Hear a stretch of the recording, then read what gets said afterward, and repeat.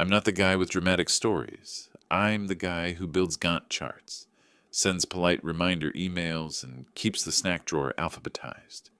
So take this for what it is, a plain account of what happened the day a glossy black box showed up on my desk with a silver ribbon and my name laser printed on the envelope like it had been waiting its whole life to ruin mine.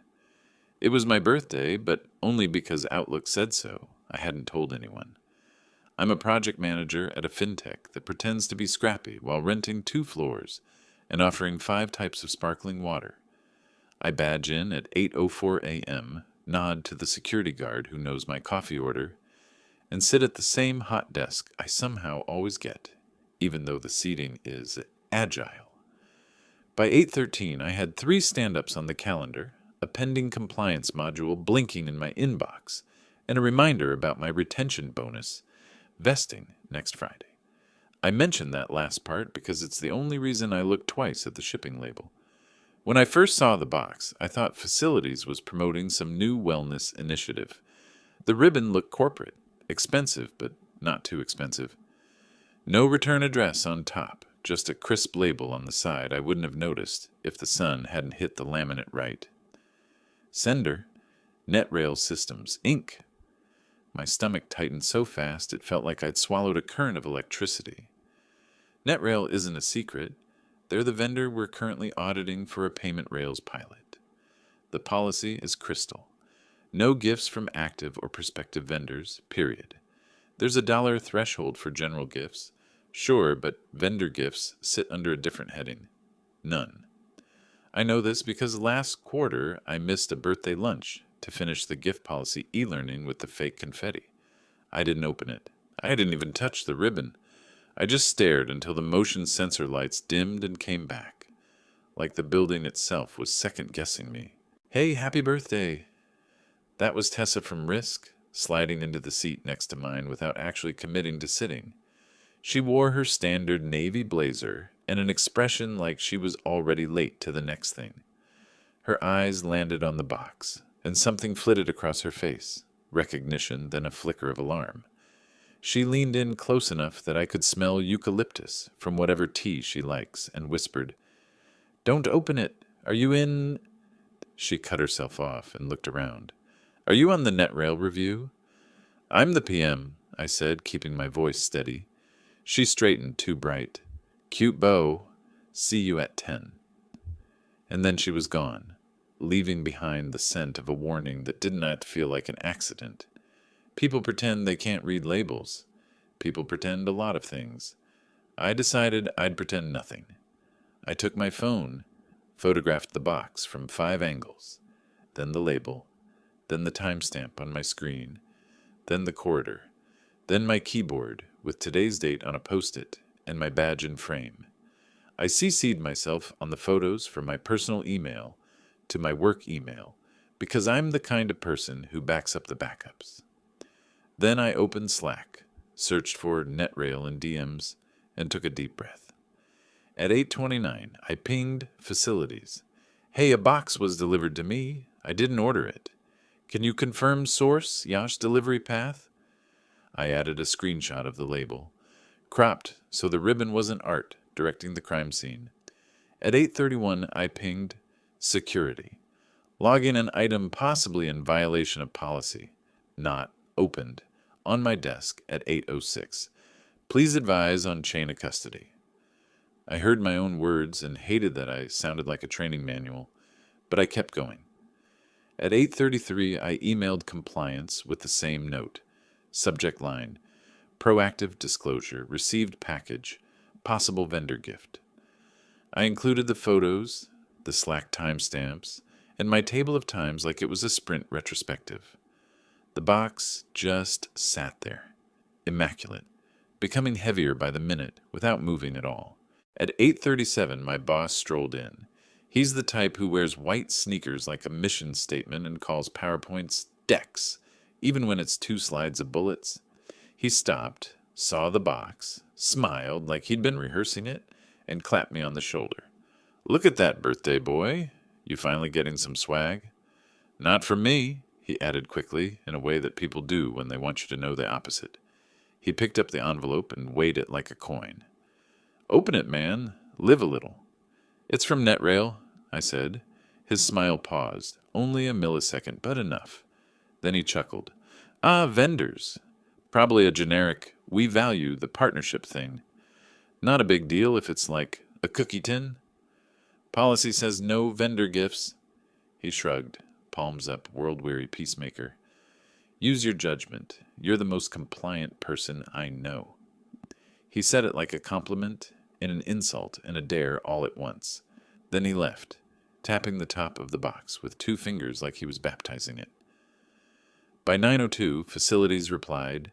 Mailroom delivered it at 7:55. Routine drop with the others. No signature required. Security asked me to bring it down sealed. Compliance auto-replied with the cheery, "Thanks for raising your hand. We'll review." I stared at the ribbon a final time, like it might pulse and tell me the correct answer, then lifted the box by the cardboard edges, like it was evidence in a show I didn't want to star in. I didn't put it under my arm. I didn't cradle it. I held it out and walked the long way, past 2 teams in a row of plants, because I wanted witnesses without asking for them. The mailroom smelled like toner and hand soap. I set the box on the counter and asked, as evenly as I could, who had placed it. The clerk checked the ledger and pointed to the gray plastic bin with our floor number on it. Driver dropped it with the morning load, came up with the 7:45 tote. He scrolled a tablet. No special notes. "Camera angle on the package area?" I asked. He blinked. Security handles that." I thanked him and signed nothing. Security is down a hall that always feels colder, like the building saves its air for people with screens. The officer on duty, a woman who once found my lost earbuds and never made me feel stupid about it, met my eyes, then the box. "Policy?" she said. "Vendor. I haven't opened it." She slid a form across, printed with lines for time, condition, observed features. I wrote everything like a court reporter. Glossy black, silver ribbon, adhesive envelope, sender, NetRail systems, ink, recipient, me, placement, workstation A17, time first observed 8:06. She initialed the intake and asked if I wanted to store it in a sealed locker or send it directly to compliance's secured cabinet. I asked for the locker and a tamper seal with a unique serial. She produced a strip with a number that looked like a VIN and pressed it over the seam while I watched, then had me write the serial down and sign below it. She took a photo of me pointing at the seal. In the reflection on the locker door, I looked like someone's idea of a loyal employee in a stock photo. On my way back up, my phone buzzed. A calendar invite from HR for tune-up PM. Subject, quick sync. No agenda. Just one name in the invite besides mine and my boss's. The HRBP, who never smiles with her eyes. At my desk, the space where the box had been looked somehow guilty, like a dog that knows about a broken vase. Tessa passed again, slower this time. "Did you open it?" she asked, too casually. "No." She exhaled, almost imperceptible. "Good." She looked over both shoulders, then back at me. "If anyone asks, I didn't say anything, and I didn't see anything." She started to walk away, then stopped. "Check your email headers if this goes sideways," she said softly. "Sometimes the subject line isn't the most interesting line." I wanted to ask 1,000 questions, but I've learned that in offices, the person who asks the second question gets remembered. I just nodded. She moved on, and I turned back to my screen, opened the sent folder, and read my own careful message to compliance like it belonged to a stranger. The clock on the upper right of my monitor ticked forward 1 minute, then another, then another. I could hear the hum of the HVAC, the whisper of someone opening a bag of chips, the clack of a keyboard that needed oil. I wrote the locker number on a sticky note and slid it into my notebook, under the tab for risk. At 9:47, my boss dropped into the chair across from me without asking, spinning it around like we were kids. "HR wants a quick chat this afternoon," he said, as if I hadn't gotten the invite. "Standard stuff." He made the word standard sound like a wet floor sign. "Just be yourself." I plan to be, I said. Great, great. His eyes flicked to the empty patch of desk where the ribbon had cut sunlight earlier. So where's your present? In a locker, I said. He smiled too broadly. Of course it is. He stood, patted the back of the chair, and walked away, whistling a tune I recognized from an onboarding video about integrity. I stared at my screen until the tune faded, and then opened a new note, typed today's date, and under it, in plain letters that looked strangely calm, wrote, Birthday box. Do not touch. Do not assume. Track everything. Then I got up, walked to the kitchen, filled a paper cup with lukewarm water, and looked at my reflection in the microwave door until I could breathe evenly again. When HR calls a meeting with no agenda, your stomach learns how to hum. At 1:58, I was already in the waiting area, hands folded, shoes too quiet on the carpet. The HR BP, a woman named Madison who smiled like she'd practiced it in a mirror, appeared in the doorway with a tablet pressed to her chest. Hey, thanks for joining. This'll just take a minute, she said, like she was asking me to sign for a package. Inside, my boss was already sitting, one leg crossed, phone face down, smile preloaded. There were 2 paper cups on the table, both untouched. The blinds were half closed, filtering daylight into stripes that cut his face into neat corporate geometry. Madison opened the meeting like she was reading the script. So before we start, I want to make sure you're aware this conversation is being noted for record-keeping purposes. That phrase, record-keeping purposes, hit like cold water. I nodded. Of course. She turned her tablet around, swiped twice, then said, We've received a report that you accepted or opened a gift from an active vendor this morning. Is that accurate? For a second, the words didn't even make sense. Opened? I repeated. No. I documented it, reported it, and turned it in sealed. My boss leaned back, doing that thing where he looks concerned but relaxed, like a good dad in an HR training video. Just walk us through it, man. Clarity helps everyone. I told them exactly what happened. The timestamps, the chain of custody, the security seal, even the locker number. I spoke calmly, mechanically, like I was dictating a report. Madison's pen barely moved. When I finished, she said, Okay, thank you. The reason we're asking is that someone submitted an anonymous compliance note claiming they saw you open the package at your desk around 8:30. My throat went dry. That's not possible, I said. There were cameras on that floor? She gave me a neutral look. We'll review the footage. My boss sighed, performative, theatrical. Hey, look, I'm sure it's just a misunderstanding. These things get exaggerated. Then he smiled again, but it didn't reach his eyes. Let's not make it bigger than it is. Madison glanced between us. For now, we'll place you on administrative leave, standard protocol, until we confirm. Shouldn't be long. That word again, standard. I signed the acknowledgement form with a pen that shook just enough for me to notice. As I stood, my boss said lightly, I'll hold down the fort, buddy.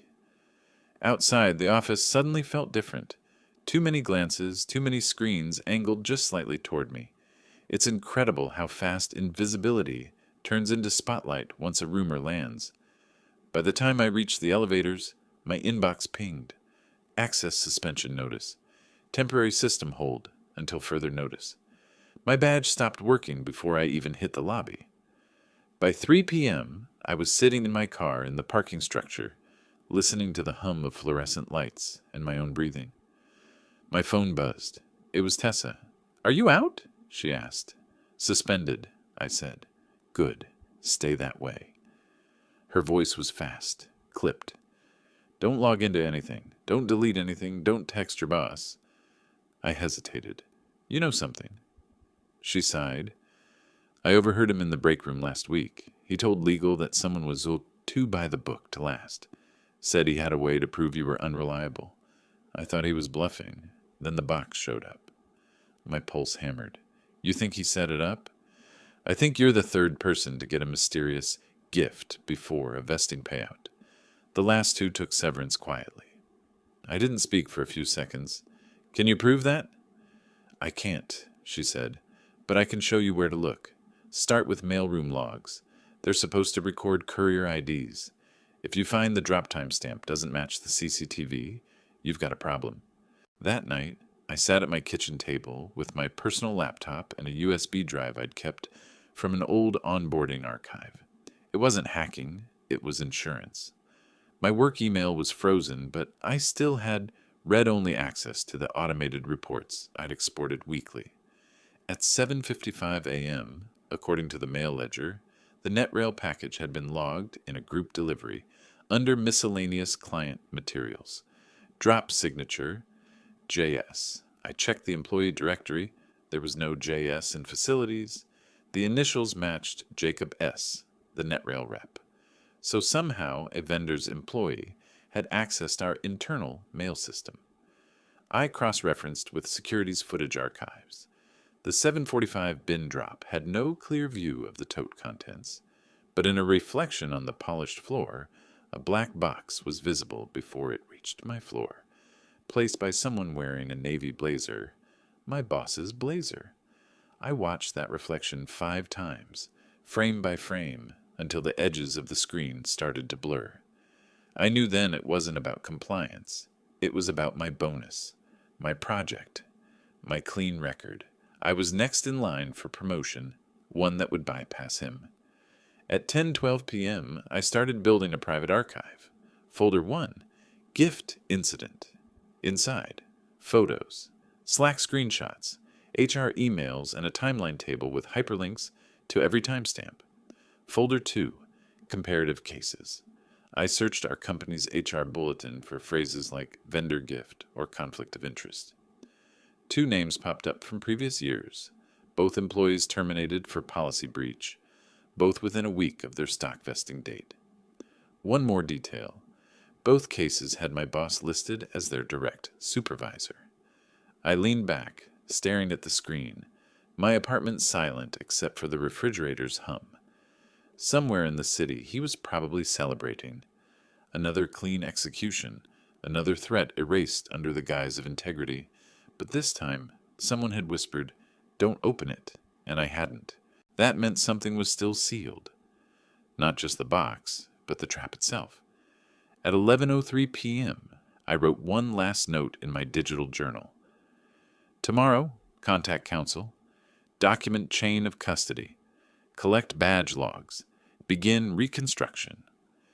Then I closed the laptop, sat in the dark for a long minute, and realized something I hadn't felt all day. The kind of calm that comes just before a counterattack. When I woke up the next morning, sunlight cut across the ceiling like a laser level. My head felt heavy, not from lack of sleep, but from the weight of clarity. I'd spent years treating the company like a system that rewarded precision and ethics. Now I understood. Systems don't reward. People do. And people manipulate rules the way lawyers manipulate commas. At 7:12 a.m., I opened my laptop and created a new document, titled Disclosure Draft V1. It wasn't an email, not yet, just a roadmap. If I was going to expose this, it had to be surgical. I couldn't sound paranoid, emotional, or like a man settling a score. I had to sound exactly like what they'd trained me to be. Measured, factual, impossible to refute. I listed every artifact in order. Photos of the unopened box with XIF timestamps. Email to compliance. Timestamped. Chain of custody record from security. Signature serial seal. Reflection frame from CCTV footage with frame number. Mailroom log showing JS entry. Internal directory proving no such employee exists. HR meeting summary, verbal notes transcribed right after. Historical termination memos for 2 prior employees. Each point had a small annotation. Source verified, stored locally, plus external backup. At 9 sharp, I called a number I'd Googled at 2 a.m., a labor attorney specializing in corporate whistleblower protections. The voice on the other end was calm, almost bored. "Send nothing yet," he said. "First, get written proof that the package was logged under your name. That's your keystone. Once you have that, you own the narrative." By noon, I had it. A forwarded message from facilities confirming delivery logged under internal route 7B by courier JS, vendor partner. Routing note indicates recipient, my name. No sign-off discrepancy found, which meant they'd officially acknowledged a vendor log package addressed to an employee under active audit, exactly what the compliance manual defines as a Category 1 conflict event. I forwarded that to my personal email and printed 2 copies. One for my lawyer, one for me. Then I took a walk. The city felt different. Every stranger looked like someone who could tell the truth if I just asked right. Every bus hissed like the building's HVAC. Every reflection in glass looked like evidence. I grabbed coffee from a corner shop and sat by the window, replaying everything. Why would he risk this? Because it worked before. Because HR trusts smiles and patterns. Because compliance training isn't designed to catch predators in suits. It's designed to protect the company when they're exposed. When I got home, Tessa had sent a secure message, encrypted link, no subject line. Inside were screenshots of an internal chat group I'd never seen. Vendor relations. My boss, 2 people from procurement, and 1 from finance. The messages were short, transactional. Procurement. Next up, JS box delivered? Boss. Yeah, 8-ish. Should be enough to trigger. Finance. He'll report it. Predictable. HR by lunch. Boss. Good. Keep thread clean after 3 p.m. I stared until my eyes watered. That was the evidence. Intent, coordination, motive, all in 5 sentences. By 4 p.m., my attorney and I were on a call, drafting the disclosure letter to internal audit and the board's ethics committee. It started like a normal compliance note, sterile and calm.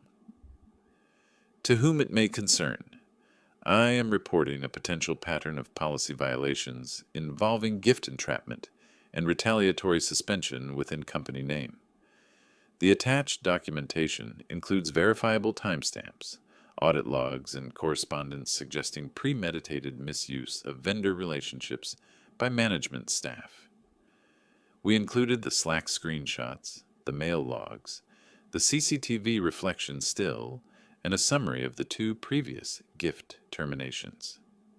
The lawyer insisted I keep emotion out of it. No adjectives, no speculation, just the pattern, just the proof. At 6:17 p.m., we hit send, addressed to audit, legal, and the External Ethics Council that reports directly to the board. My lawyer scheduled a secondary send via time delay to ensure the message couldn't be intercepted internally. In case they try to lock you out again, he said, this one will still land. At 8:42 p.m., my personal phone rang. Unknown number. Mr. Daniels? A voice said. This is Marta Silva, internal audit. We received your disclosure. Are you available for a confidential briefing tomorrow morning? Her tone was professional but sharp, the kind of voice used to cutting through lies. Yes, I said. Good. Don't discuss this with anyone else, including HR. You'll understand why tomorrow. The next morning, audit's conference room smelled like fresh paper and fear. 3 people sat across from me. Marta, a compliance attorney and a digital forensics specialist, who looked like he hadn't slept since 2019.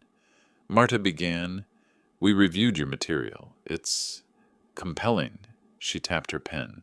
We've also pulled metadata from Slack and the vendor comms. The messages were deleted at 3:04 p.m., exactly as your evidence predicted. We restored them from server backups.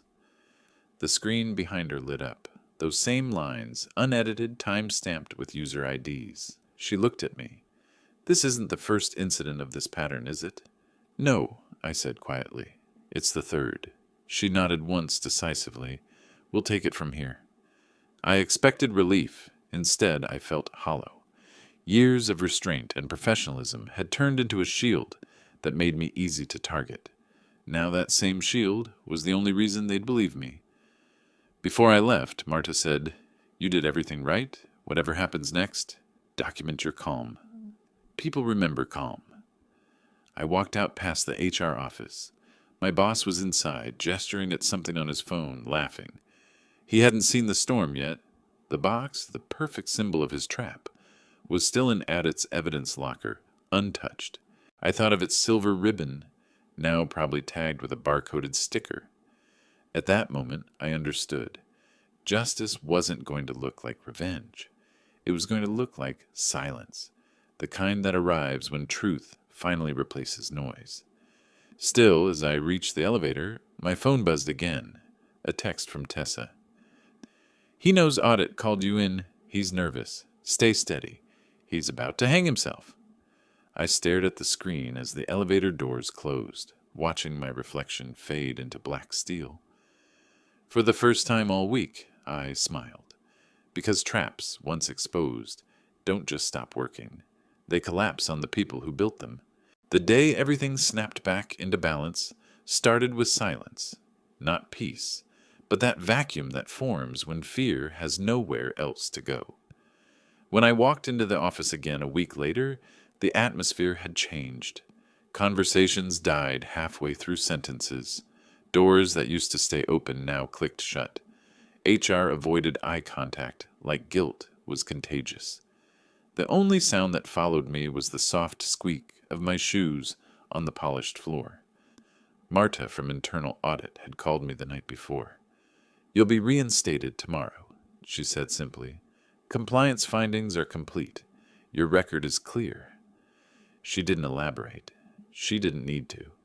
Her tone carried the weight of someone who had seen exactly how deep the rot went. I reached my desk, the same one where the black gift box had sat, where all of this began. There was nothing on it now except my keyboard, a notepad, and the company-issued mug with my name printed wrong. Everything felt surgically clean. At 9:10 a.m., an email popped into my inbox. Subject line, all hands update, leadership changes. It was 3 paragraphs long, written in that neutral, funereal HR tone. Effective immediately, boss's name is no longer with the company. The organization thanks him for his contributions and wishes him well in future endeavors. No explanation, no acknowledgement, just an erasure. The next message came from Marta. "Stop by Audit when you can. 1 item to return." I took the elevator down. The air was cooler there, the kind of sterile chill you only feel in places where truth is handled, like radioactive material. The evidence locker door stood open. Inside, on a plain gray table, was the black gift box, still sealed, still immaculate. The silver ribbon had dulled under fluorescent light, but the shape was unmistakable. Marta stood beside it, arms crossed. "We wanted you to have closure," she said. The forensic team finished their report. The contents were analyzed. I hesitated. What was inside? She gestured to a folder. A luxury watch. Retail value $2,200, engraved on the back. I flipped through the photos. The engraving read, "Thanks for making this easy." The air in the room thickened. "Yes," she said quietly. "The vendor confirmed your boss ordered it himself, billed it under a marketing expense, and had it shipped directly through their internal courier system. We traced the deleted purchase order, the expense code, even the timestamp when he approved the charge." She looked up. "He tried to weaponize compliance. That's a new one." I nodded, unsure if I wanted to laugh or vomit. "He's under formal investigation," she continued. "Vendor relationship suspended. Legal's involved now. You'll get official clearance and restitution paperwork today. And for what it's worth," she paused, "you handled this better than most executives I've ever seen." That sentence hit harder than the firing notice. "Before I left," she added, "the board will make a statement next week. You won't be named. But people will know." 2 days later, I handed in my resignation. Not out of anger, just out of completion. The machine had turned on itself, and I had no reason to stand inside anymore. Tessa met me in the lobby as I was leaving. She wore that same navy blazer, but her face looked lighter. "You're really doing it?" she asked. "Yeah, clean break." "They offered me his position," she said, almost embarrassed. I said yes. I smiled. Good. Someone honest deserves it. She handed me a small padded envelope. Audit said you could keep this if you wanted. Inside was the watch, the same one from the report. Its silver face caught the light as I turned it over. The engraving was still there. Thanks for making this easy. I laughed once, quietly. He wasn't wrong, I said. Tessa tilted her head. What are you going to do with it? I thought about it. About all the months of silence, the suspicion, the whispered warnings. About the moment I almost opened that box and lost everything. Then I looked at her and said, I'll keep it, as a reminder. She smiled, faint but real. A reminder of what? That the most dangerous traps are the ones that look like gifts. That night, I packed the last of my things, a plant, a few folders, and the watch in its velvet case. I left the building for the final time, the city lights glinting off the glass tower like 1,000 unblinking eyes. Outside, the air smelled like rain and paper dust. I checked the time, 8:06 p.m., the same minute the box had first appeared on my desk. I stood there for a while, letting the rhythm of the street fill the silence. Somewhere in the distance, a siren wailed and faded, leaving only the soft hum of engines and the rustle of people who had no idea what had just happened. Inside that glass box of trust and betrayal.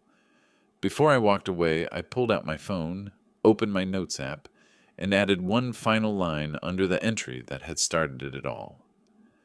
End of record. The truth doesn't need an audience, just documentation.